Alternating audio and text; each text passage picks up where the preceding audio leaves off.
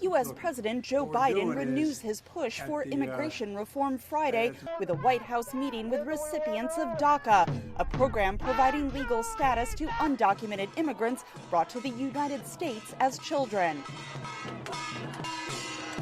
A renewal of that program, broadly popular with the American public, passed the U.S. House earlier this year and is now stalled in the evenly divided Senate. Senate Republicans say the Biden administration has a crisis at the U.S.-Mexico border.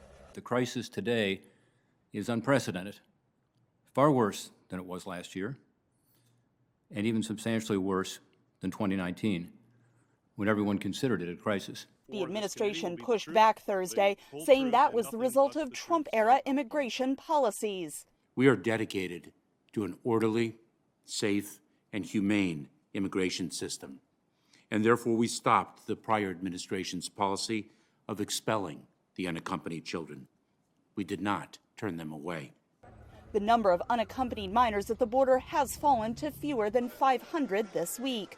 In March, there were more than 5,000 children who were in Border Patrol custody specifically, each spending an average 115 hours in Border Patrol facilities. But as of this last Tuesday, I understand there's 455 children in Border Patrol custody, each spending an average of 28 hours in those facilities. That's a dramatic decrease in both the number of children in custody and the time spent in Border Patrol custody. Apprehensions of adults at the U.S.-Mexico border have risen, but that number reflects undocumented adults' repeated attempts to cross.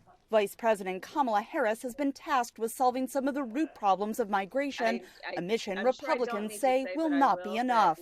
We can't solve all the problems of the world, let alone the problems in Latin America and the problems here in our country.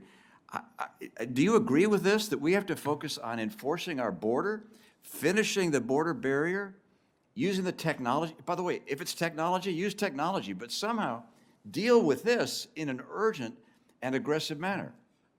Senator, we are indeed focused on securing our border and, in fact, using technology as the most effective or one of the most effective ways of doing it, number one. Increased funding for border security would likely be part of any deal worked out to pass Democratic lawmakers' sweeping immigration reform proposal introduced earlier this year. Catherine Gibson, VOA News, Washington. Reunite families, increase opportunities for legal